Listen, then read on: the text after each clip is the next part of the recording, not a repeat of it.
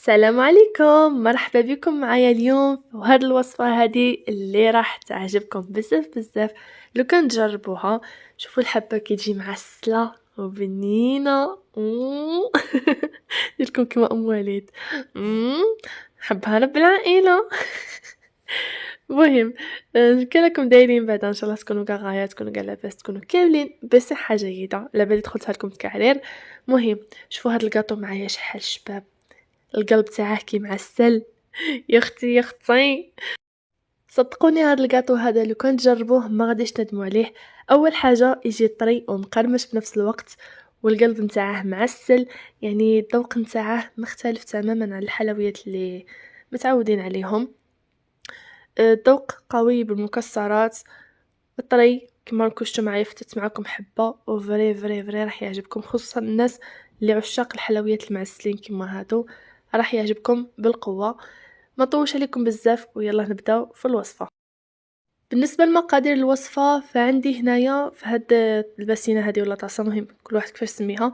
عندي 3 تاع الكيلات نتاع الفرينه، وزدت عليهم قرصه تاع ملح، والكيله اللي نكيلو بها الفرينه هي نفسها اللي نكيلو بها الدهان ولا السمن ولا الزبده ولا كيفاش ما تبغيو نتوما. فهنايا كما قلت لكم درت فيها قرصه تاع ملح هذاك الفرينه اللي عندي، واكيد الفرينه ضروري تكون مغربله، ما تنساوش 3 كيلات تاع فرينه مغربلين مع قرصه ملح. وراح نبدا نضيف عليهم هذاك الدهن اللي عندي اكيد يكون دايب، ونبدا نلم في العجينه نتاعي غير بشويه باش نبسسها بهذاك الدهن هذاك، باش نخلي هذاك الدهن يدخل لي في الفرينه نتاعي. دوك نخلي لكم كامل المقادير في صندوق الوصف باش ما تتلفوش فيهم. فهنايا غادي نبقى ندير هذيك الفرينه نبسسها بيديا باش الدهن كامل يتخلط معاها. وايضا في هذه الوصفه هذه راح نحتاجو الحبه صفار بيض، ما ديروهاش كامله، انما ديروا حبه صفار بيض فقط. فكما شفتوا انا هنا من بعد ما دخلت كامل هذاك الدهن في الفرينه اللي عندي، راح نضيف عليها هذيك الحبه نتاع صفار البيض. وايضا نفس الشيء راح نبقى نخلط نخلط نخلط، ومن بعد راح نلم العجينه نتاعي بمزهر. مزهر كي ديروه ما ديروهش دفعه واحده، تدريجيا وبقاو تلموا العجينه تاعكم حتى تحصلوا على واحد العجينه اللي تكون شويه قاصحه، ما تكونش رطبه بزاف بزاف وايضا ما تكونش قاصحه بزاف بزاف، يعني متوسطه الملمس كما نقولوا، ولكن ايضا بنفس الوقت تكون شويه قابضه روحها، ما ديروهاش رطبه بزاف. وهنايا العجينه نتاعي بعد ما لميتها راح نحطها في كيس غذائي، وراح نخليها ترتاح تقريبا واحد 10 دقائق بينما نوجد الحشوه. بالنسبه للحشو فعندي هنايا 2 كيلات نتاع اللوز. انا استعملت اللوز، تقدروا تستعملوا القوقة ولا الجوز ولا اللي تبغوا نتوما.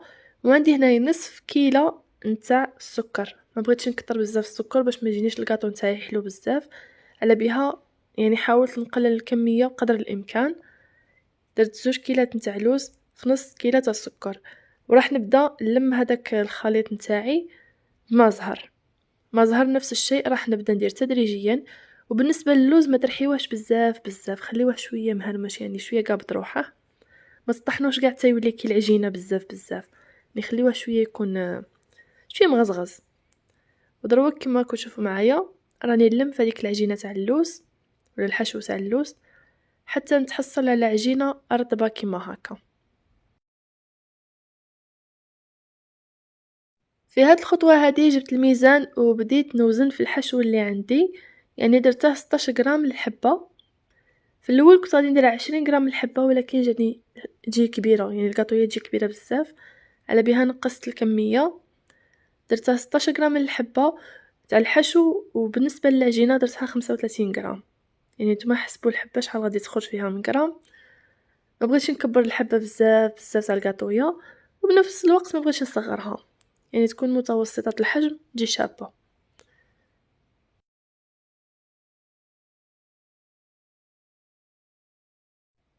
ودروك راح نوريكم طريقه تشكيل او كيفاش نخدموا الكاطويه نتاعنا. اول حاجه راح نجيبوا العجينه، راح نقرصوها على سطح العمل، وراح ندخلوا فيها هذيك الحشوه وتبلعوها مليح مليح، يعني تبلعوا مليح مليح على هذيك الحشو، وتبداو تكوروا في هذيك العجينه نتاعكم. كما قلت لكم غلقوا مليح على الحشو باش كي تدخلوا الكاطويه نتاعكم في الفور طيب ما يخرج لكمش الحشو منها ويخسر لكم القاطويه نتاعكم، ولا باش القاطويه نتاعكم ما تطرطقش في وسط الفرن ولا في وسط الكوشه. كما راكم تشوفوا انا بلاتها غايه الغايه وراح نحطها مع خواتاتها. وايضا كي تكونوا تخدموا الكاطو غطيو العجينه ما تخليوهاش عريانه باش ما تنشف لكمش، باش ما يضربهاش الهواء. وباش يجيكم تشكيل العجينه ساهل، فانا عندي هنايا هذا المول هذا تاع لي طارطولات الصغار، اكيد يعني كل دار راه فيها هذا المول هذا، انا قاعد نستعمله حاليا. وراح جبت النقاش عندي هاد النوعيه هذه اللي يجي دائري، وعندي هاد النوعيه هذا اللي يجي مستطيل.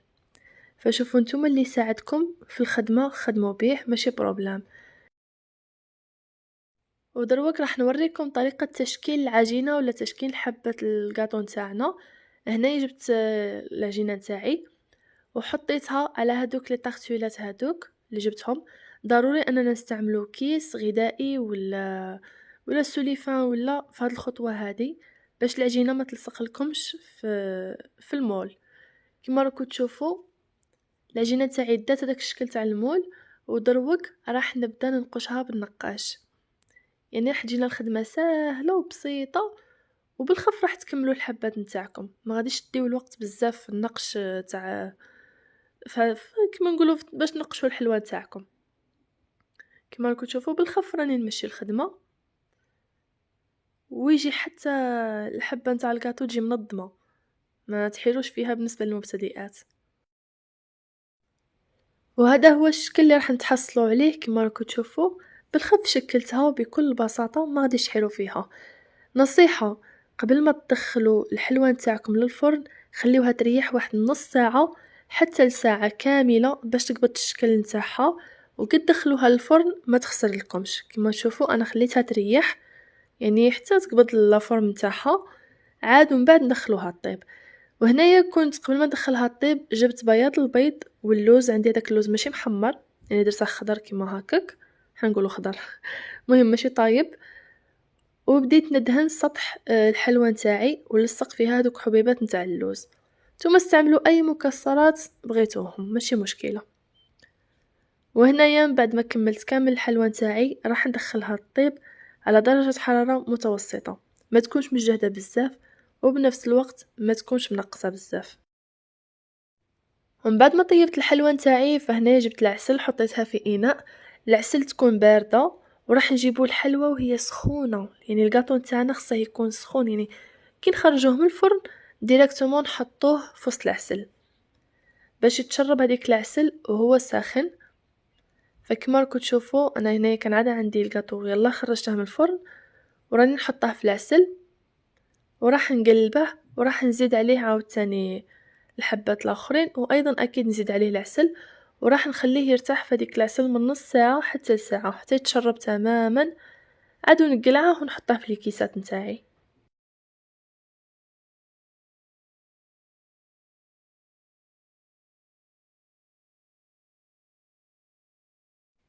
وهذه هي الحلوه نتاعي راها واجده كما شفتوها معسله تجي شابه كما وريتكم في اول الفيديو.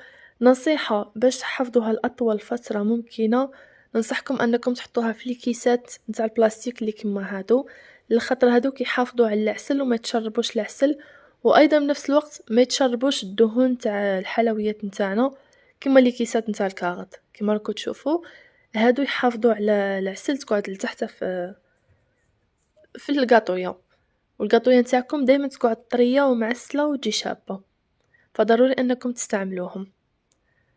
كما شفتوا معايا دروك غادي نقسم لكم واحد الحبه وتشوفوا كيفاش غادي تخرج روعه روعه روعه.